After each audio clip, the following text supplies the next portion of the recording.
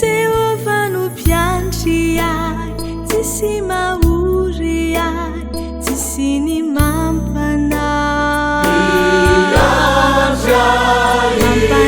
azy amin'ny ahitra maitso izy mamelombelona lalana marina no fitarihany ahy lompony anasany tsy hatahorako ny lalan-tsarotra izay izosako. Jehovah no piantry ahy, tsisy mahory ahy, tsisy ny mampanahy mampandry azy amin'ny ahitra maitso izy mamelombelona lalana marina no fitarihany ahy lompony anasany tsy hatahorako ny lalan-tsarotra izay izosako.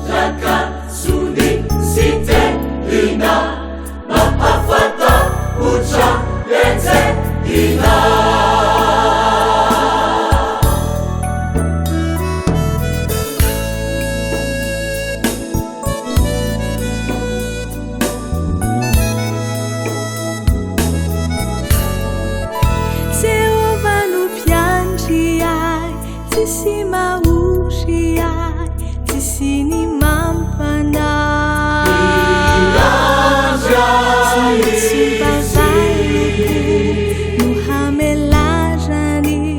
latabatra ho ahy ny fahasoavana sy ny famindrampo zay rehetra ianako